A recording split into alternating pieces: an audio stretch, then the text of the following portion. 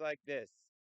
There was a yeshiva bacher who was mamish a Kalman chacham, and he mamish was steigen day every minute. He was using every minute to learn Torah with enthusiasm, and so his rebbeim never imagined that at nights with his free time he was going to nightclubs and using all that energy for not such kosher things. And then he would go back to the base and steig hard. And one night he met this woman and he really just fell in love. And he decided he was going to marry this woman. And not only did he decide that, but he did it. One day they went to city council and they got married. Only thing is, she wasn't Jewish. So this is a little bit of a problem for a Frum Yid. And so he decided on the plan.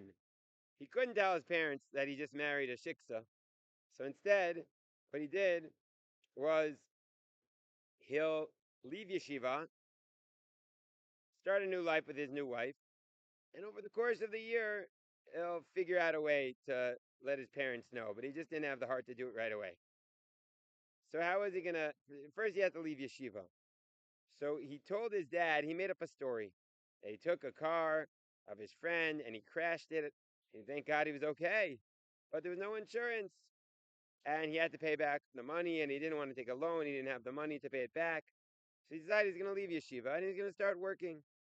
And that was the story he made up. He told that to his mom and dad. And his dad said, "No way. You have to stay in yeshiva. Torah is where you belong. I'll figure out a way to pay for it. Don't worry. You stay in yeshiva." So now he was in a pickle. So he said, "Okay, plan B." He knew that his story. Yeah, it's America. You just wait and see. And he decided to go to his father, and he knew his father had a lot of respect for the Lubavitcher Rebbe.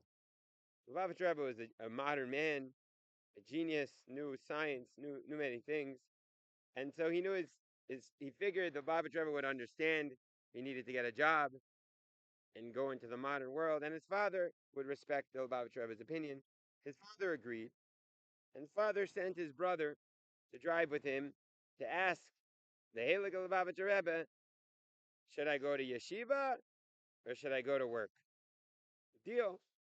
So they went to 770, and of course you couldn't just in those days, drive up to Lubavitcher Rebbe. You would write and you'd write a letter, and you would hope to get an answer. So that's what happened. He made up this whole story about, he needed to get a job to pay off the bills, and he figured the Lubavitcher Rebbe would understand his perspective, and he wrote it in for this fake story to Lubavitcher Rebbe. And again, the question was, should I go back to yeshiva or should I go to work? And he got back a letter soon afterwards from Lubavitcher Rebbe, and it said, "Go home, go home." And that wasn't one of the options. The options were either go to work or go to yeshiva. That's what the Lubavitcher Rebbe said, "Go home." So now this man was very concerned. What was going on here? How did the Lubavitcher Rebbe? What's going on? But he figured, no one read this letter. It's just between the Rebbe and him, so he'll just lie.